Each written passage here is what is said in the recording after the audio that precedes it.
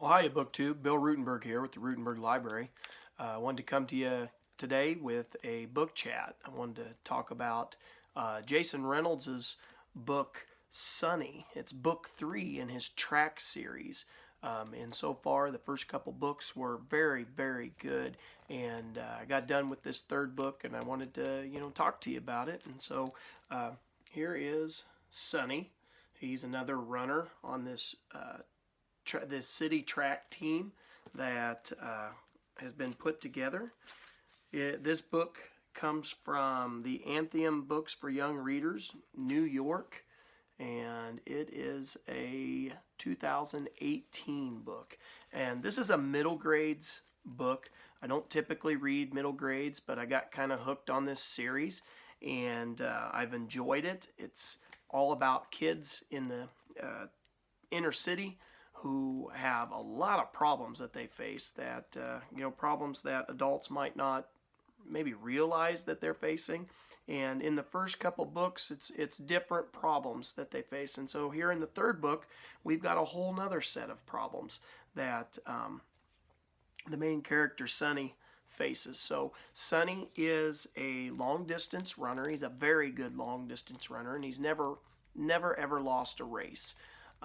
His background is that his mother died in childbirth with him, and his mother was a very good runner, and his dad fully expects him to take his mother's place as a very good runner. Matter of fact, I think his running kind of fills in the void in his dad's life as far as his mom goes. And his dad really has a lot of troubles communicating with Sunny, and Sunny has this feeling that his dad doesn't love him, and he feels like he's to blame for his mother's death. And early on in the book, they're very clear that he's a very good runner. He wins every race, and he wins it by quite a bit. There isn't anybody that really even keeps up with him. As a matter of fact, in the first two books in the series, when they're at track practice and they're doing all these different running track plans, he just blows everybody out of the water at practice. And then in the meets, he's beating people by a good margin. And anyway, they come to a meet where Sunny's got a big lead, and they're heading into the final stretch, going around the final curve. And Sunny, all of a sudden, he stops on the track, and everybody flies by him, and he lets them all win. And his dad is just beside himself. He's extremely angry. The coach is upset with him and doesn't understand. And Sunny, he's like, who cares? I don't even like running. And he tells his dad, I just wanted, or his coach, I just wanted to see what the look on their faces was like when they won. They've never won against me, and so I just wanted to see it. And so anyway, that kind of sets up the whole story. But he likes track because he's accepted. And kids go through this all the time. They do things just to be accepted. And that's what track means to him. It gives him a group of friends that he feels comfortable around. And the only problem is he hates being a distance runner. He doesn't like running. And so later in the story, we find that he wants to be or his coach suggests to him that he should be a discus thrower. And so let me get into that. So going through the book, I got, just like on the other ones, I've got some sticky notes, some stuff that kind of stuck out for me. And so Sunny, throughout this story, he carries a lot of baggage. His mother, like I said, died in childbirth, and his dad never really lets him forget that. He never lets him live that down, even though he really didn't have any control over this. His mother died from amniotic and embolism. Be honest, I have not looked that up. I don't know what that is. But his mother wasn't able to recover, dies, and dad never lets him live it down. So, like I said, his mother was a very good, very, very good track runner, marathon runner. And that's what his dad's fully expecting out of Sunny. He expects Sunny to build up to be a marathon runner, just like Sunny's mom was. basically through the whole story, all Sonny wants is to be able to talk to his dad about his mother's death, and he hates the feeling like he is responsible for it. He hates that feeling, and who wouldn't be? Who wouldn't hate that? He doesn't want to be preached at by his dad. That's nothing nothing new. That's very typical of this age group. The kids don't want to be preached at. I can attest to that in my classroom. They hate that. For Sonny, like I said, this isn't about competition. I mean, it's not really even a competition for him because he wins every race. It's about belonging to this team, people who care. So this story really is about love, just love and acceptance, and that's really what Sonny's wanting. And Sonny's a little bit different, as we find out. We find that Sonny really likes dancing. He likes moving, and that plays a part in why his coach believes he should be a discus thrower, because he sees some moves that Sonny has, and it just reminds him of the spin of the discus. And so his coach finds that Sonny wanting to belong is important. He wants all kids to feel like they've got a home on his team, and so he makes a place for him. And I think that we as parents, there's a lot of times where we push our kids to do things they don't want to do because we want them to.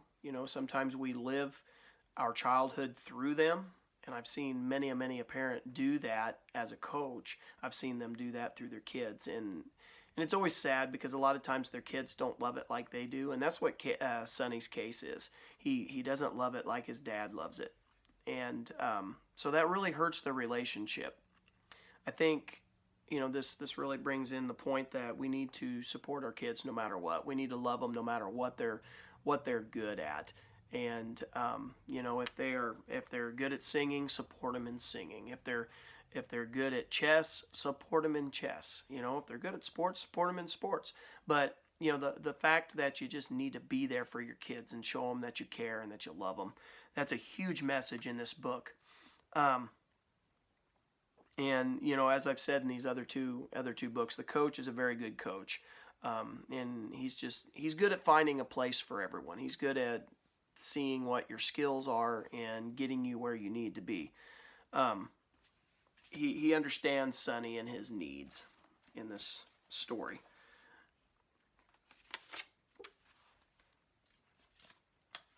So let me move forward here. So throughout this book was a little bit different. It was written differently than the other two, and I've peeked at the fourth book. I haven't read it yet. I'm going to rereading it this weekend, I believe. But I think the fourth book is like the first two, where it's just a straight-up novel, straight-up story. This one is written like it's a diary, and so the whole book is like Dear Diary. And Sonny, I am pretty sure, based on the flow of his thoughts, he has ADHD. He's got some attention problems, and his mind kind of bounces all over the place, and sometimes it's kind of hard to follow. I don't know. I think of the three books, this is the one that I have liked the least as far as the style. I love the message of the book, but the style is, I think, distracting. I can keep up with the story, but it's just distracting the way he bounces back and forth. And I think that is how he is showing that he has some attention problems. He has troubles focusing, and it comes out very clearly in the writing. And he does this, like I said, in a different way. He does it like a Dear Diary. So that was kind of unique. I give Jason Reynolds that, but I found it distracting. The worst part of this book is as you go along this journey with Sonny and that feeling of guilt that he has that he killed his mom, and that feeling that his dad doesn't love him because of it. And that is really what the whole book is about, is love and acceptance, and then bringing that relationship with his father, bringing it back together, and him and his father having a reconciliation of sorts. And, I don't want to ruin the story, so I'm not going to tell you any more than that. But it is good. Again, it is based around a track story. So he's continuing that theme. It was very, very good. I would recommend it.